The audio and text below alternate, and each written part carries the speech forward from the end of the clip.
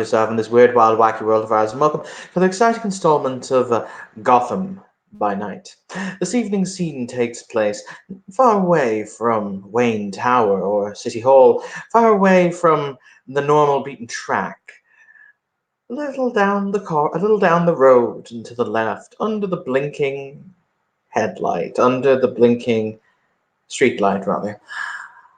To the, well, it's a rather out-of-the-way place, a little corner of Gotham, a little slice that appears to be, well, a dilapidated old shop that's clearly seen better days.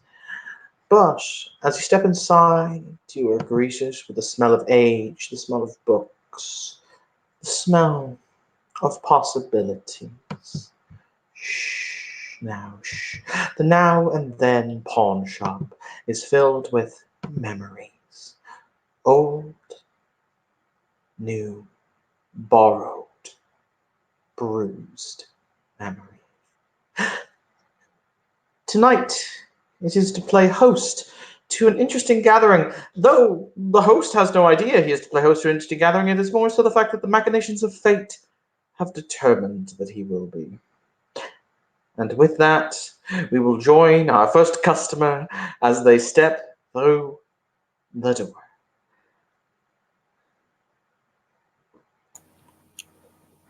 All right. So Trinity steps through the door of the pawn shop, looking around curiously. She is a kind of pale, very beautiful young woman, dressed in street clothes. Currently, she's got her somewhat ratty sweater tied around her waist, and she looks around very curiously, kind of walks up to a few things, maybe looks them over without touching them. Seems very curious. All around you, you see items, objets d'art, things behind glass.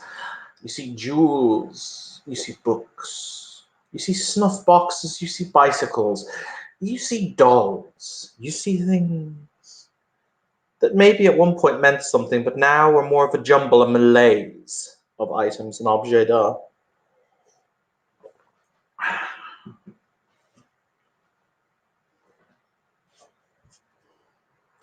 And from behind you, you hear a polite little coughing noise. She turns around to see who made the noise. At which moment, Joey, we have a clash of wills. All right. Now, I've never had to do a clash wills, so what it is, what versus what? Every splat has something that does it differently. So for a changeling, I pick a finesse stat and my weird stat. I don't know what it is for beast. Okay. Assuming that's going to be under systems. Just put in Clash of Wolves into your findy thing, and it'll more than likely find it.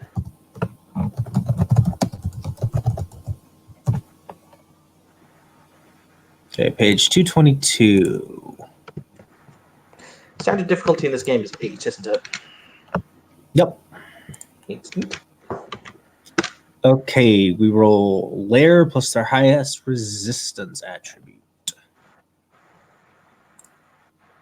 So I have 2 successes on my attempt to clash the wills. All right.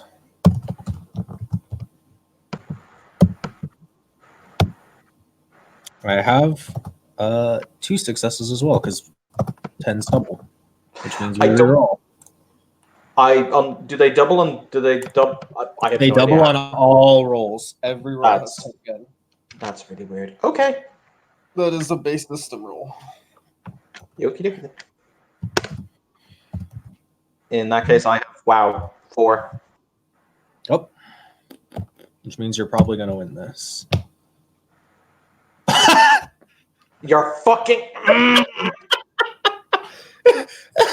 I also have 4. I have 4 without any 10s this time. Come on, universe. Okay, you got me that time. Okay, so basically, I see you as you are. Okay. So what you see is you see the bodies there, but almost like swimming behind it, almost like behind it, you see a massive, just conglomeration of tentacles leading up to a fairly human looking waist covered in green scales that comes up to a regular looking human face except for the eyes, which are glowing green. um, it appears to be resting on something, although there's nothing there where it's resting, and it appears to be just watching you with lazy half-lidded eyes. My. I haven't seen you here before. Do forgive me, young lady. Are you looking for something in particular? Perhaps I can help you. Oh, I don't know. I just got the idea, I guess, that, pawn shops are always places to meet really interesting people. They're really just almost like a slice of the city that you don't get from going to like the high society places. I just find that when people live in high society, they're trying to elevate themselves among or above those who they consider to be lesser than themselves. So, needless to say, I'm quite happy to stay on the ground level. Oh, Where are my terrible manners? He extends a hand. yeah, she takes his hand. Trinity.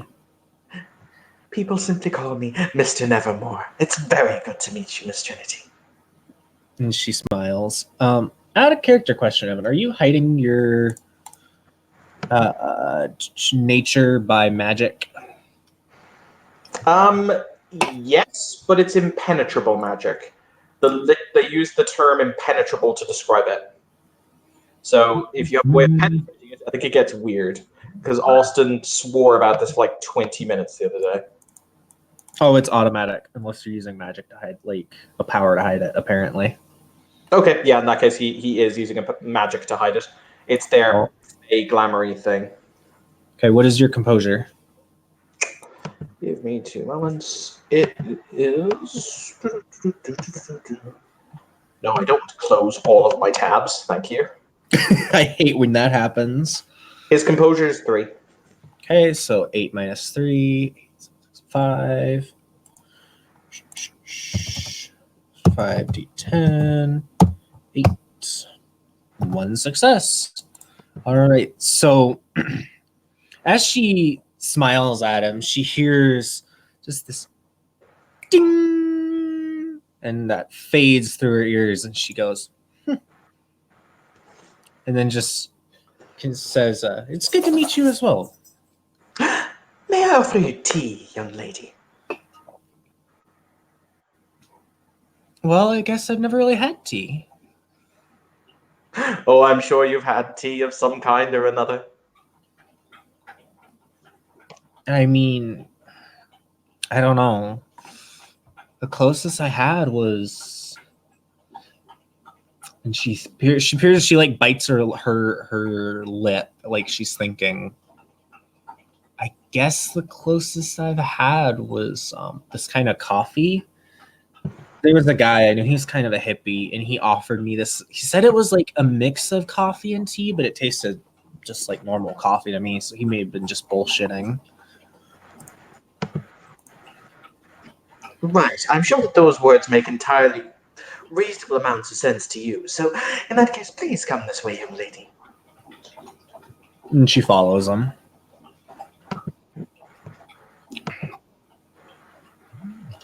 Give me just a moment. He will.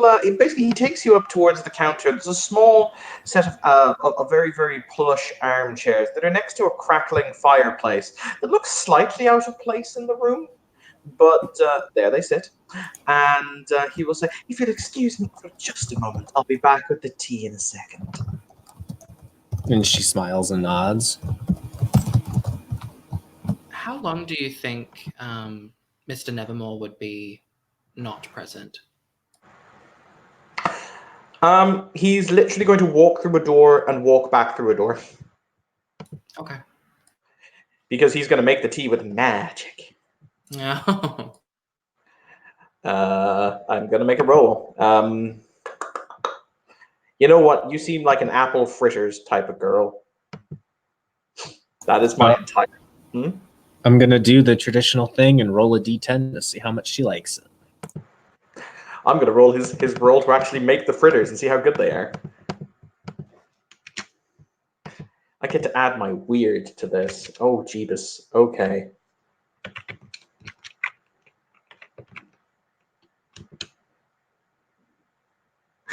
So, okay, that is an exceptional success for him because he gets exceptional successes on his craft rolls at difficulty 3, and he has a 10 anyway. So, yeah, he will emerge a couple of minutes later, or rather, he'll literally walk through the door and he'll walk straight back out the door, if that makes sense. With a tray in his hand with a very fine bone china tea set, upon which there are a number of cakes and delicacies, including warm apple fritters. Mm. It's actually ironic because I don't like apple fritters, but hey, say lovey, somebody has to. I don't like them either because I made them for like 2 months straight, and they are disgusting when you work around them every day. But her eyes will get really wide when she sees them. She goes, "Wow, that was fast." Oh, nonsense. I always keep tea on hand in case I have guests. Oh, that's pretty smart.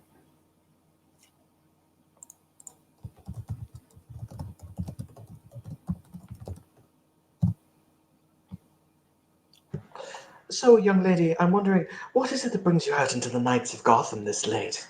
What is it that you're looking for?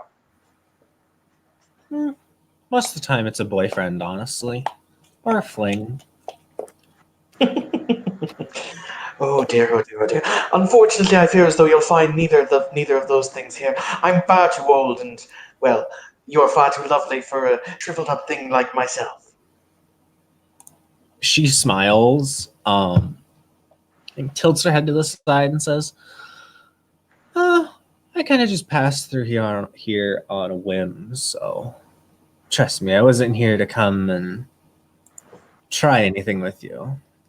Oh, quite understandable. Quite understandable, young lady. But he will pour the tea very politely. And she will equally politely take a sip when it is offered to her. So, what line of work are you in, Miss Trinity? Oh, the boyfriend line, usually. Ah, interesting, interesting. I didn't think that sirens had so many tentacles, if you'll forgive my saying so. The stories always get one thing or another wrong. Ah. Well, there you are then.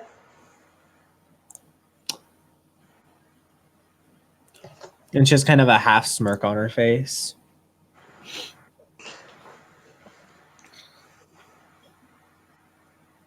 As I said, I'm a man who believes in being forthright and upfront.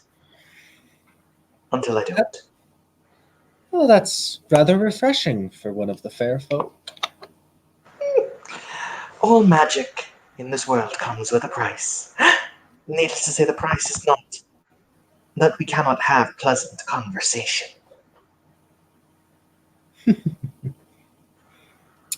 Out of character, could you repeat that last line one more time? Because it kind of broke up. He said, needless to say, just because all magic is a price, but that does not mean that we cannot have polite. The price is not that we cannot have polite conversation. Okay. Let's put it this: no, it doesn't have a chime, but if you come in, he will know. Okay. You coming in? Yes. So the door will open. It is he being Dalton. He appears to be a young man, no older than 21. He's dressed in all black, but it doesn't seem like he's going for that emo look, more like the please don't look at me for too long kind of look. He's got a hoodie, but when he comes into this place, he takes the hood down because, otherwise that would kind of give a shady, suspicious kind of vibe, and he's not going for that. He has deep bags under his eyes, and he seems to be quite pale in the sense that he looks like he hasn't slept in a while. Or if he did, it was not very restful.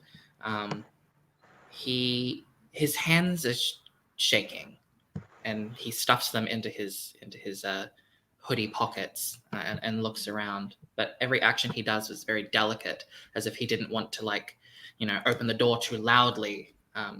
An anxious mouse of a man. It would appear as though I have another customer. Will you excuse me, Miss Trinity? And she smiles and nods, takes another sip from her cup. All right. As he stands up, Mr. Nevermore will walk over, at which point when he sees you, once again, we do the clash of wills. Sure. I'm going to lose because I have 2 dice, so I'm okay with letting you win. I'd still feel better, because I rolled incredibly badly. I'd still feel better if you rolled. All right. Because...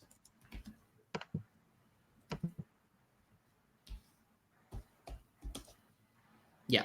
Yep. All right. So what does he see when he looks at you? See, I don't know what the changeling eyes can see when it comes to the death realm. So I don't. I'll tell you what, I'll read out the power, and then Okay. we'll see what it says. It's a goblin contract. It's called Goblin's Eye. The changeling's kenning, which is that, may now trigger a clash of wills to see through any magical concealment. Each concealed phenomena appears requires its own clash. The player may ask the story blah blah blah blah blah. Okay. Well, he's not concealing anything. It's just in a different dimension, and it's following him. He's not. Neither one of them is actively concealing themselves. This is just how they are. Mm-hmm. In that case, it would probably be that he just see the Geist as an entity behind you, or connected to you, or tethered to you, or whatever it is. But they're not actively concealing themselves. So would you really see them?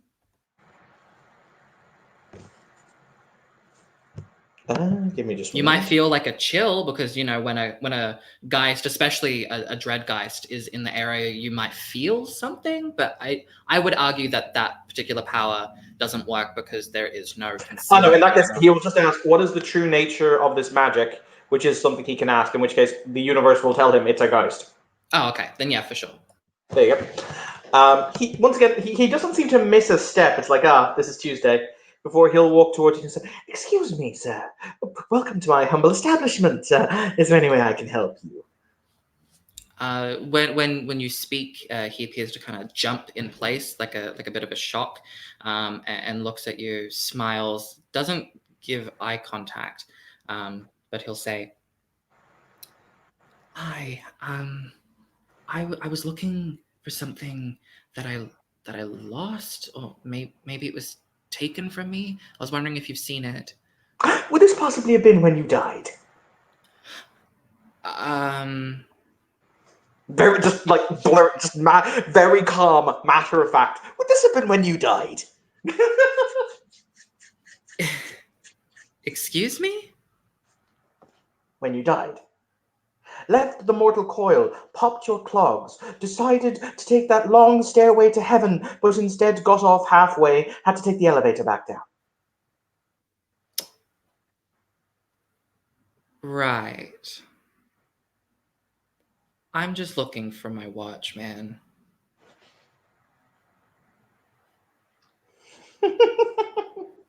Oh, this is precious. You don't. Well, no, you do, but you don't. But you do, but you don't. That's wonderful. That's truly wonderful. So do you have my watch?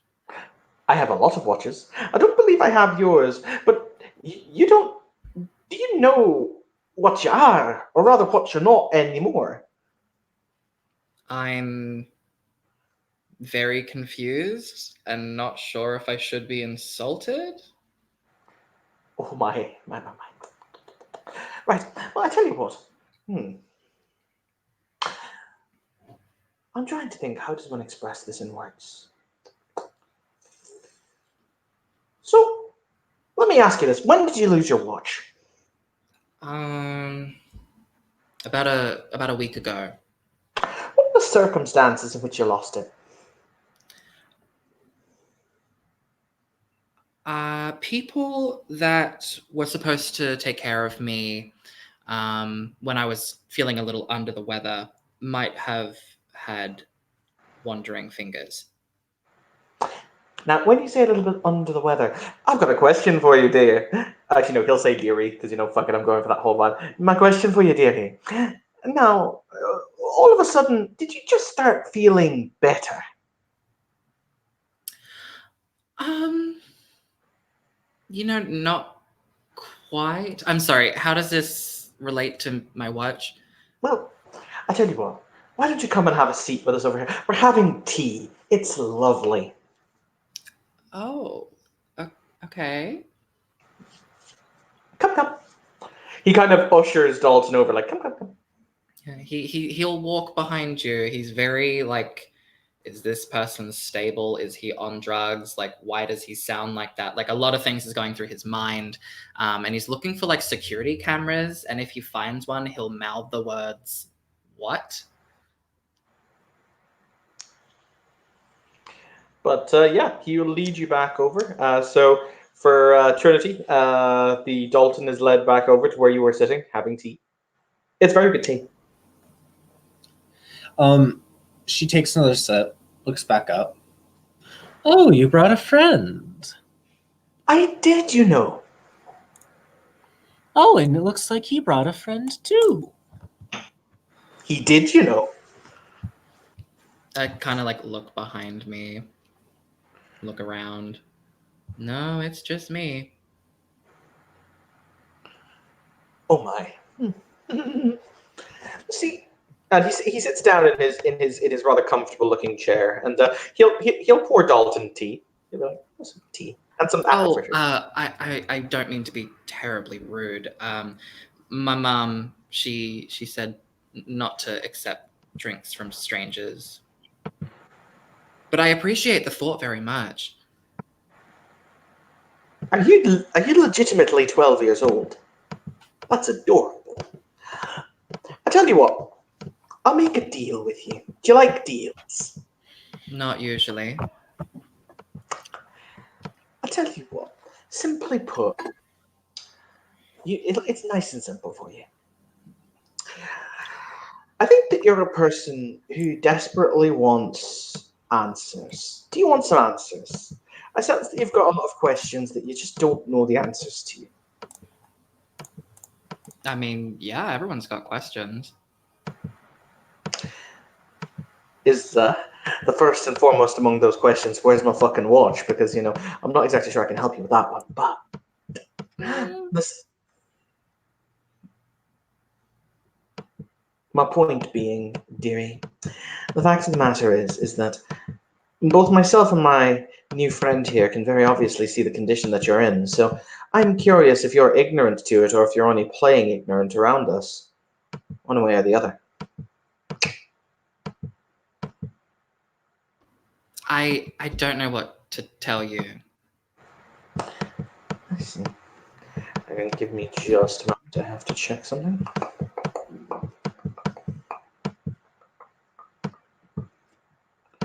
God damn it. Welcome to White Wolf, where books, you know what they never did? Organize them correctly. Petition, read Lucidity, Passions and Visions. So, can Trinity see the geist? Like, is that something that pierces through the umbra, or whatever So it's she called?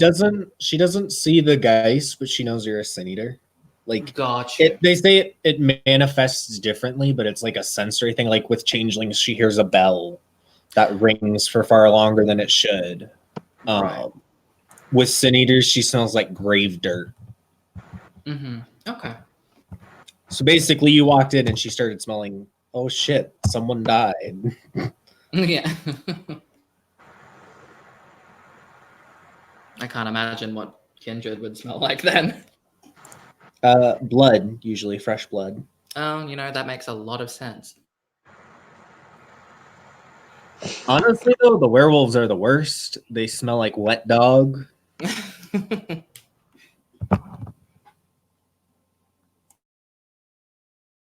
So as she's sitting there sipping her tea, she just looks at Dalton. She says, "My name's Trinity. What's yours?" Oh, I'm Dalton. Nice to meet you. It's good to meet you. So, you're new. Yeah, no, I've never been to this store before. It's a bit out of the way. It is. So what's your friend's name?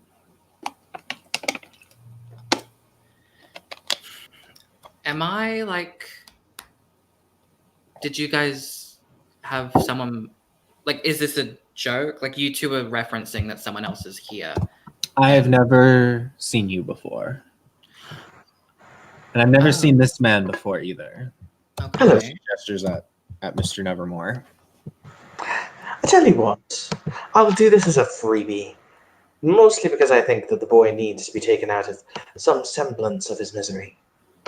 So hang on, I need to get a dice pool together. I'm preparing myself for the nuke. It's not a nuke, don't worry. Okay, so that's going to be 6 plus that is 9. 6 plus that is 7, so it's 10 dice. Mm-hmm. Not a nuke. It's not a nuke. And you know what? Let's spend a willpower on this. Which adds 3 dice. Yep. Oh, that's how that works in the system. All right. Yep.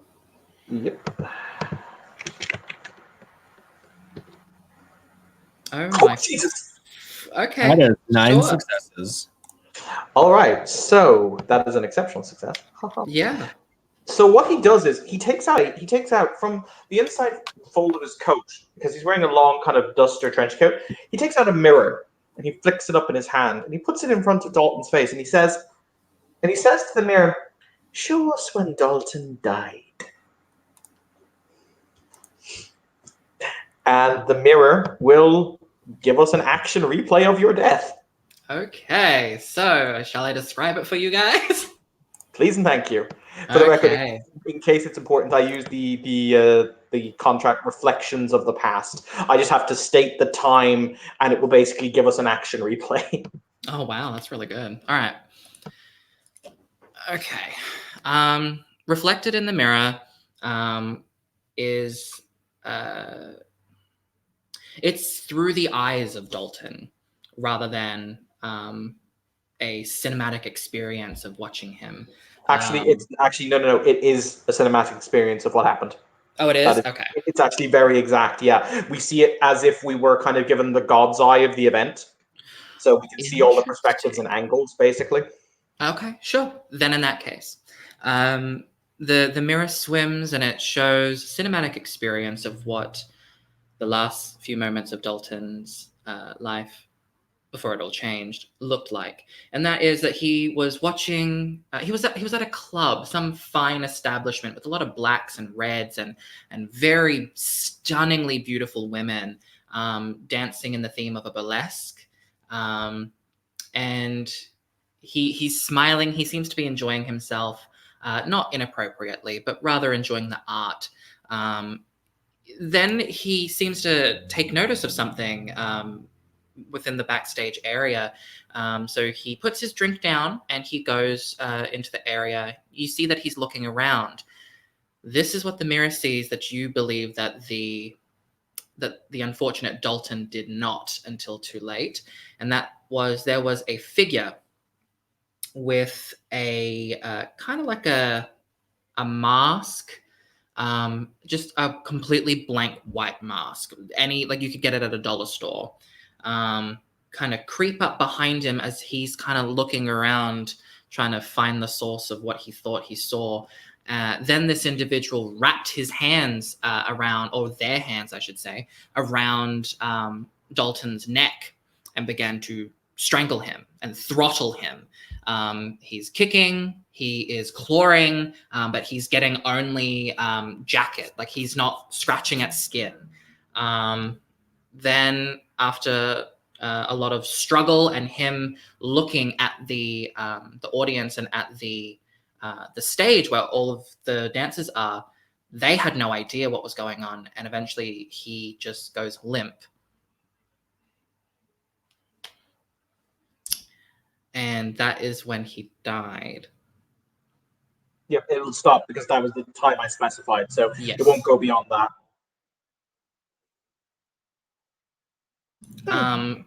Dalton can see this, can't he? Oh yeah, absolutely. Uh-huh. All of you can. So if he was sitting down, he was being very polite. He flings himself like back out of the chair probably being knocked to the ground, and his back like hitting maybe one of those like cases, not enough to smash anything or to tip it over, but definitely a vibration of force. And he looks at you, Mr. Nevermore, and at Trinity, and with this, you didn't think he could get more pale, but he did. And now the shaking in his hands has enveloped his entire body, and he looks terrified. It's just a wonderful moment because I think both Trinity, they're still just sipping their tea. Like, this is normal for us. This is Tuesday. So she finishes sipping her tea, sets it down, stands up, walks over to Dalton, just takes his hands very gently. No, he like kind of creates a distance. Like, he does not want to be touched. He does not want to be approached.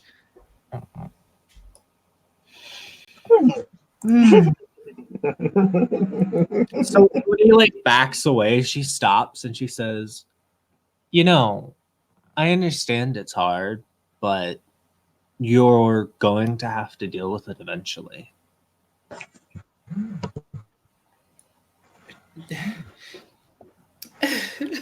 Who the fuck are you people? What was that? Oh dear. Oh my. So I'm gonna have to sit down. You're gonna want to sit down for this. I would rather stand. If you're going to try and run, you're probably going to trip and fall and hurt yourself. I'd really rather not have that happen. Just sit down, drink some tea, and let us explain. As long as you people don't get close to me, I will hear what you have to say, but I am not sitting down. You can take the chair over there where you're standing, as long as you're sitting down. We feel as though this might be emotionally charged, and so you might want to not be on your feet in case you lose your feet. Yes, you might collapse. That tends to happen when you're emotionally upset. Okay, you two, please stay over there. He like points away from him. We haven't moved. He grabs the chair, like he tries to extend his arm out as far as he can to like snatch it, so that he doesn't walk any closer to you people. Then kind of drags it over and like sits it down, and he sits down, but it looks like at any moment he is ready to bolt. So, you died, as you saw there, right? We're all on the same page about this, correct? Rather tragically. This is insane. I know it is, but that... And she kind of gives Mr. Nevermore a bit of a half smile as she looks at him for a second. It's going to get a lot weirder, I can promise you that. Your life is not going to be normal. Now, I don't know a lot about what happened to you or what you are now, but something decided to bring you back and you decided to let it. Can't tell you why. That's between the two of you, but you're more than human now. Or less than human, depending on your point of view, I suppose. Parallel to human, perhaps. That's a good one. That's a good way to phrase it. Parallel to human. Did you two die? Like, how do you know these things? Oh, I didn't die. I just had some vampire slaves who told me a little bit about this sort of thing. Oh, vampires. Oh, okay. He brings his hand up to his mouth and it's definitely shaking.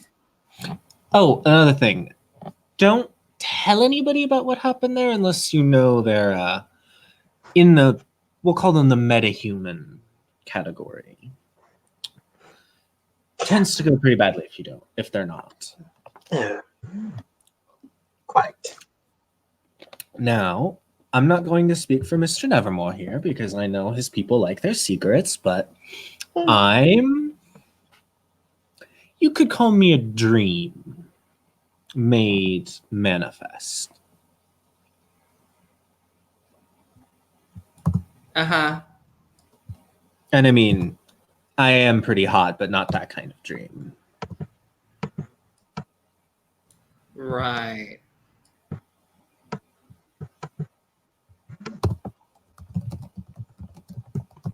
Could you be any more cryptic? What the fuck are you? Who are you?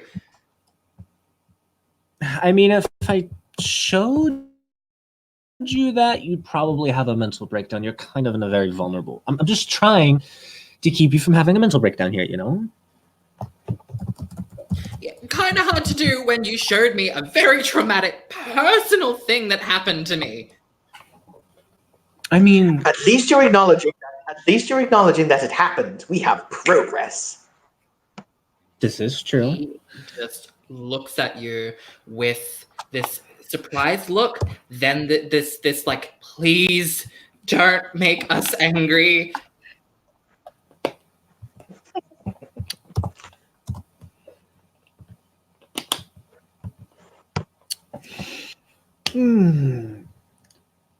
So, I know you're kind of on edge right now. You know you're kind of on edge, kind of freaked out. The best thing for you to do is find a mentor, you know, someone of your kind that can guide you through this. Because honestly, I've got no real experience in this field.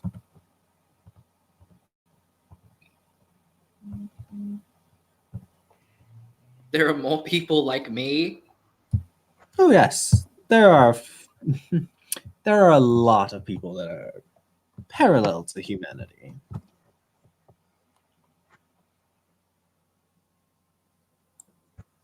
I haven't seen this.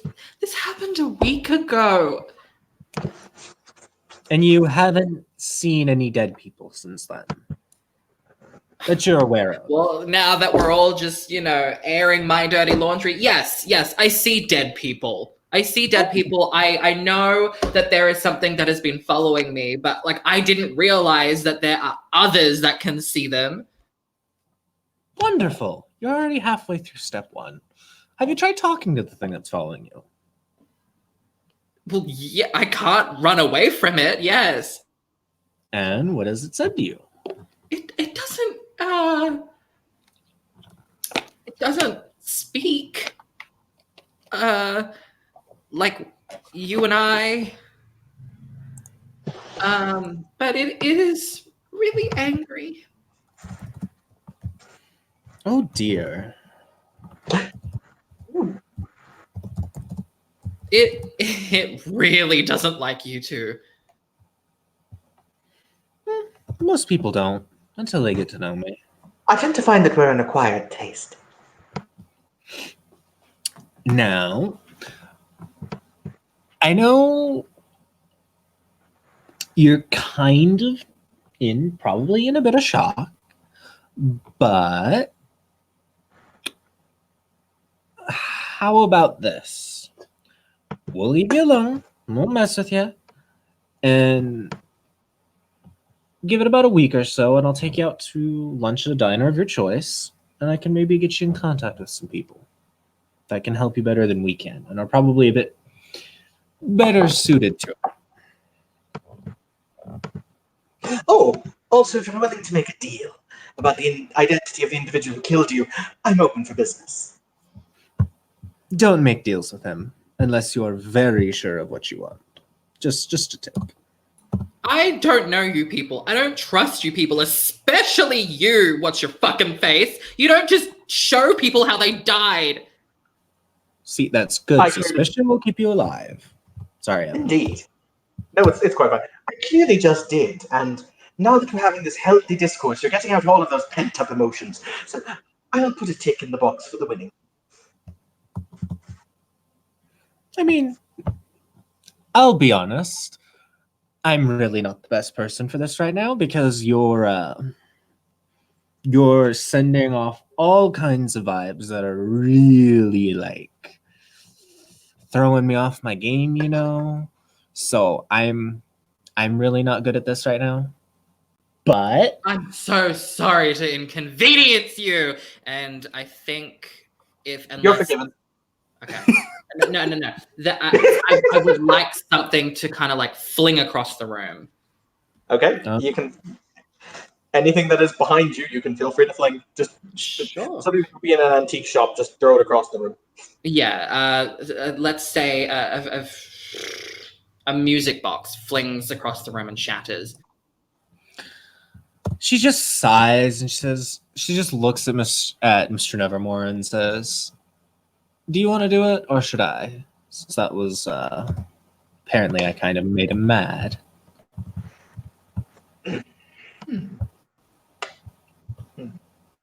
Nevermore kind of actually, yeah. You know what? You see Nevermore, and he meticulously starts picking up the pieces of the music box. Like meticulously, he picks up all of the pieces.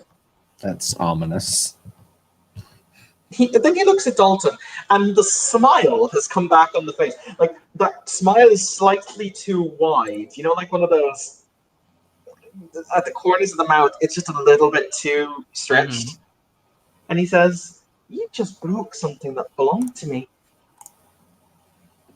It wasn't me.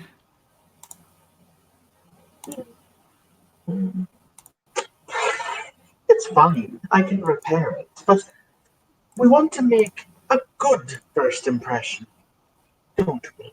Now, you've had rather a shock, and I'm willing to be forgiving this once. However, I don't recommend you let that other personage out of its box if you can't control it. I'm going to roll intimidation. You've actually missed it. Rest in peace, Dalton's resolve.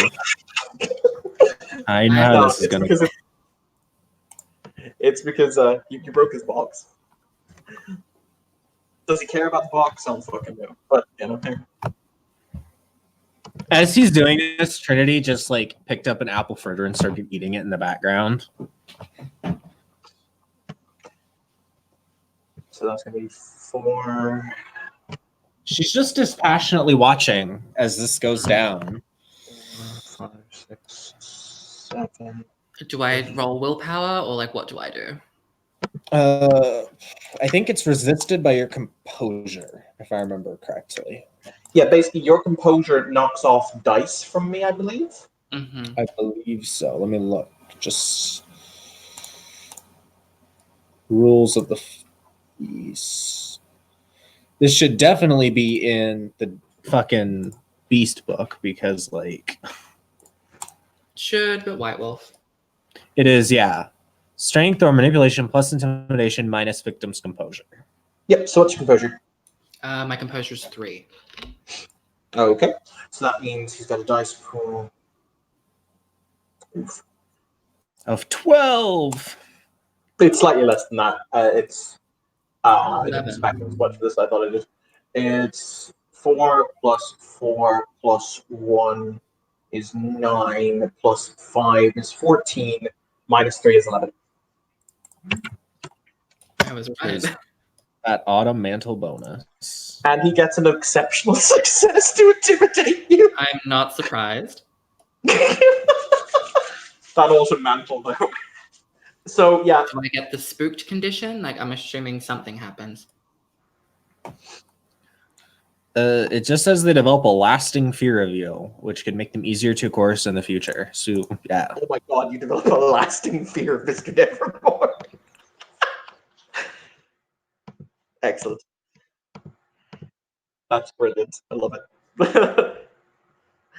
But yeah, so he's as he stands up, he fixes you with those oddly for the record, as he intimidates you, his seeming drops ever so slightly. So you start to see the fact the eyes are innately unhuman, the nails on the hands are slightly too long, and he just looks. He gives you that look of "Don't you basically show respect in my house?" Is kind of the vibe he's giving you when he rolled the intimidation. So yeah, so role play accordingly, I guess. Dalton stops shivering. He looks at Mr. Nevermore. He then violently throws up on the floor and then passes out. He lasted 5 minutes longer than I thought he would. Mr. Nevermore sighs. He walks into the back.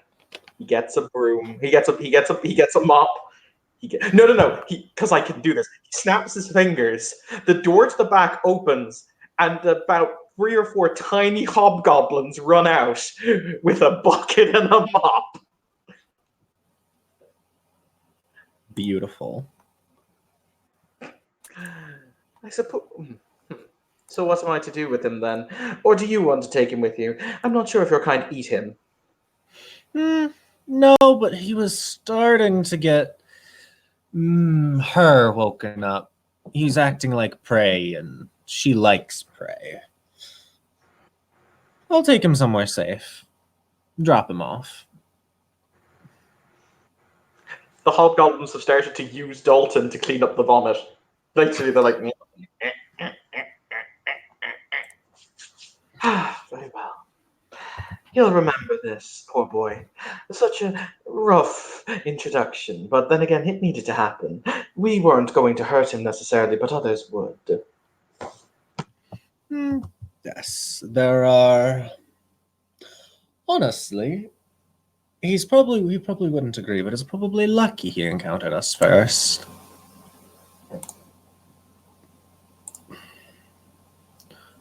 And she just slips over, picks him up.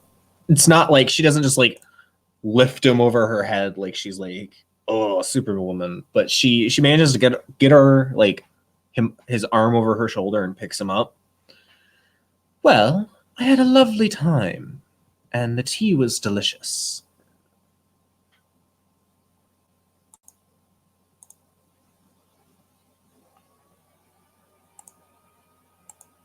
Yeah. Oh shit, I was talking and I didn't realize I was muted. He says, I found this evening to be rather entertaining. You shall have to come back for tea again. Oh, I think so. But as it stands, I got to get this guy to a shelter. You have a wonderful evening.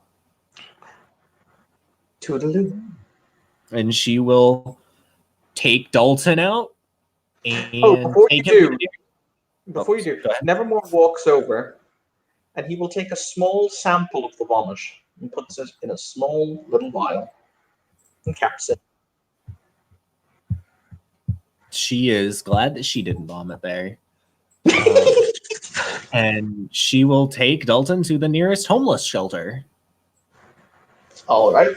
I think that's a good place to call it. Yep. So, thank you, players, for playing. Thank you, watchers, for watching. And thank you for attending another scene in Gotham by Night.